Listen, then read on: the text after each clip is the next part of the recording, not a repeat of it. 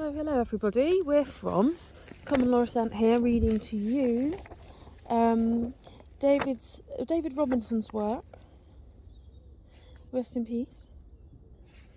The Emperor Wears No Clothes, written on the 15th of the 3rd, 2017 by David Robinson, and reading the introduction part.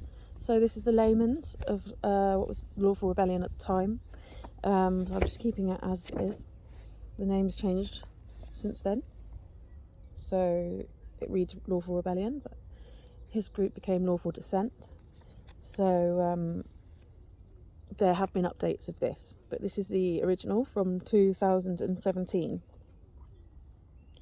The Emperor Wears No Clothes. Lawful Rebellion and the practical application of the law, plus three complete examples of successful processes used. Rest of the replies and all of the notices. You can find updated versions of this in the files of our Facebook group. I'm doing an audio so that people can hear it. So full case studies is somewhere different. Okay, the Emperor Wears No Clothes, Lawful Rebellion and the practical application of law, plus 3 complete examples, again, somewhere else. A nation can survive its fools and even the ambitious, but it cannot survive treason from within. An enemy at the gates is less formidable, for he is known and carries his banner openly. But the traitor moves amongst those within the gate freely, his sly whispers rustling through the alleys, heard in the very halls of the government itself. I always read this one. A nation can survive its fools and even the ambitious, but it cannot survive treason from within.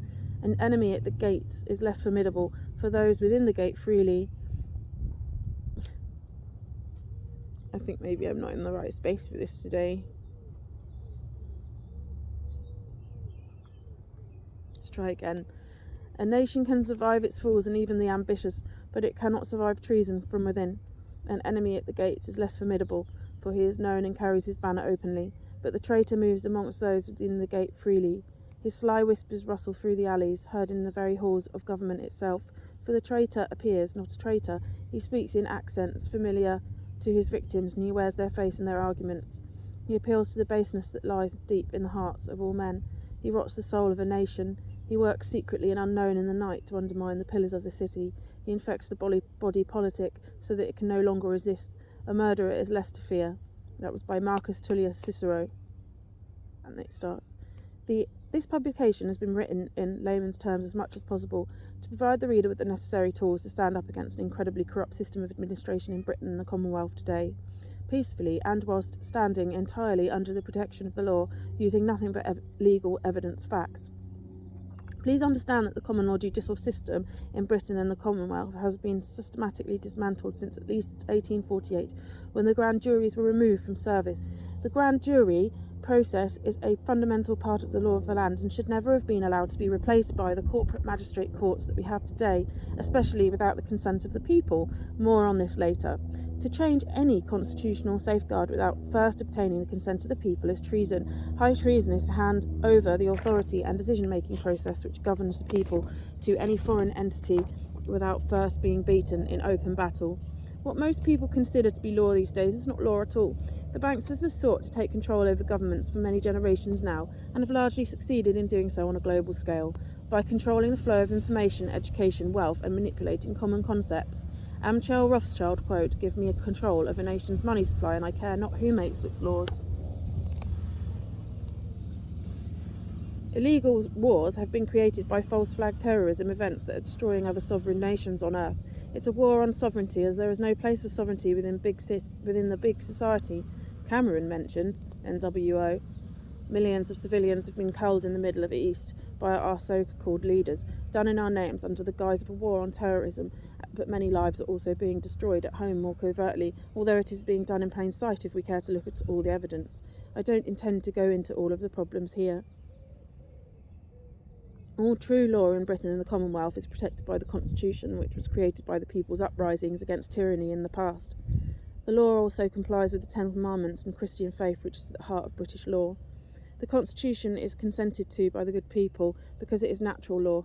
It guarantees justice for all and is very simple to understand.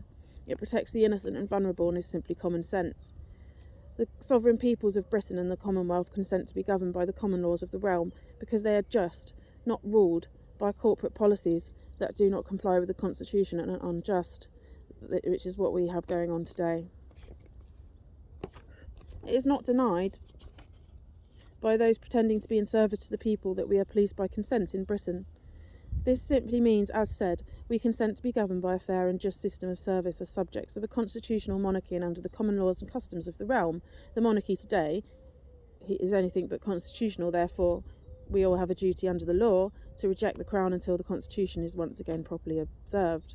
We have a duty, the law being Article 61 Magna Carta 1215, we have a duty to ourselves, ancestors, and to those yet unborn to safeguard the laws that protect us all equally against injustices.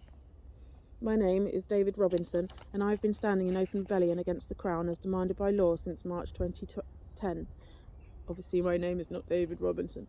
I have enjoyed a 100% success rate with every process that I have completed by using Article 61 of the Magna Carta against all demands made upon me and upon others by the present illegal administration. I have acted successfully with power of attorney for two other people as well as myself from aiding and abetting a rogue government. I began my individual legal lawful stance against the corrupted system in 2010 by conditionally accepting an £80 fine that I had received from DVLA for not displaying a tax disc. After completing a simple process of putting all concerned on notice that I was standing in lawful rebellion, police, courts, DVLA, and that I had lawful excuse not to consent to their illegal demands for tax summonses, fines, and that it would be a criminal offence for me to do so, I achieved a stalemate situation whereby nobody would act against me, because if they did, they'd be acting against the British Constitution in full knowledge of the facts, therefore evidently aiding and abetting high treason at common law, a very serious crime indeed. The death penalty still exists in Britain for high treason, no matter what the so-called government may say.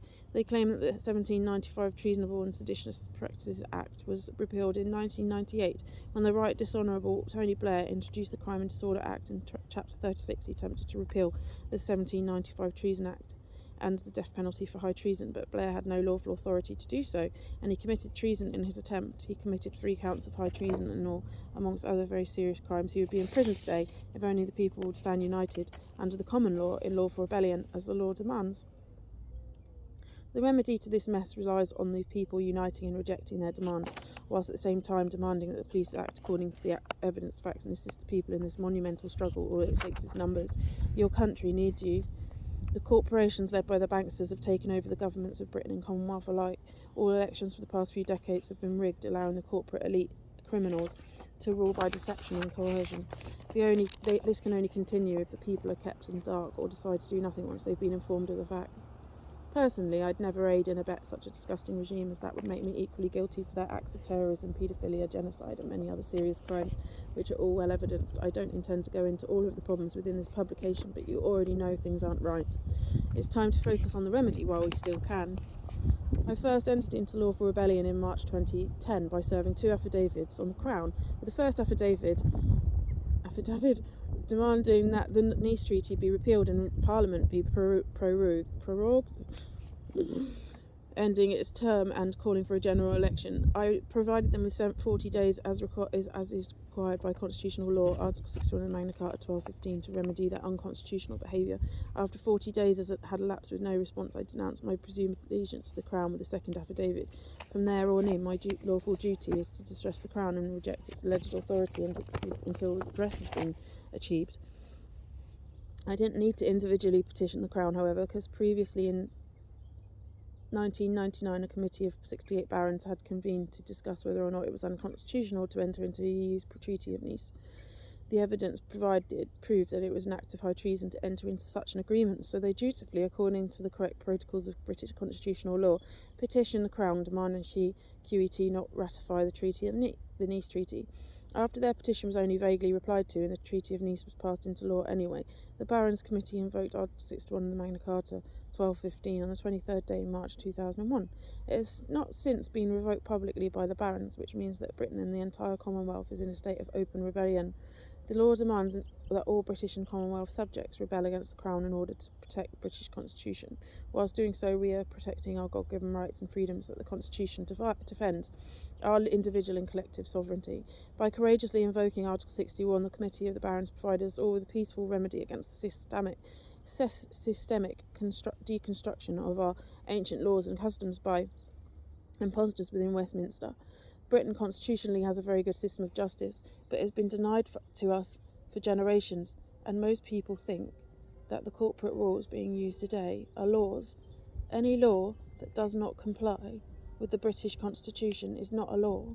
Rules require your consent, tacit or otherwise, and the law of course demands that no one consent to treasonous rules. The common law has our consent because it is fair to all. Britain has national sovereignty within a common law jurisdiction. If this is not the case today, then treason must have been committed. Indeed, treason has been committed many times and is still being committed to this day. National sovereignty means we are literally kings and queens in our own land. It has to be that way if real equality under the law is to exist. Only those who are working within the system as public servants are at that time not sovereign beings, because they are in service to the sovereign people until they clock off from work, and once they have, they automatically revert back to their natural sovereign state of being. To cut a long story short, I ended up conditionally accepting demands to attend their court summons for allegedly driving offences, not paying any fines that were imposed on me in my absence, and refusing to consent to an arrest warrant issued by the so-called court. I have never paid a penny of said fines, never been to court, and the police wouldn't arrest me when I walked into Bath City Police Station in 2012 to report the crimes being committed against me by various public servants, including a police chief inspector for road traffic policing, a court manager, legal advisor, the Attorney General at the time, and an agent of the DVLA. 5 years on, 2 years doing the process, still nobody has acted against me for unpaid £700 fine or my non-appearance in their corrupt courts, yet I am also ignored as I demand a trial by jury on the matter of treason, coercion, torts against me in a properly convened court of law, court de jure, court with jury, because it is unlawful for me or anyone else to consent to their de facto courts, which are nothing more than private corporate entities trading for profit by deception, whilst using treasonous rules against us. There are no courts of law in Britain, because they all gain their authority from the deposed Crown. I later went on to help others stand against the system, where I moved to Glastonbury because nobody in the judiciary, police or government would communicate with me. I went to the people. I later acted with power of attorney for a couple of people to further prove Article 61's validity, and won every battle that we entered into. None of these battles went into a hearing in front of a jury, as we demanded, of course. The demands against my clients just fizzled out. It's a bit long. Okay, maybe not, it's 13 minutes. It's a bit cold where I am. I might have to move. Maybe another time.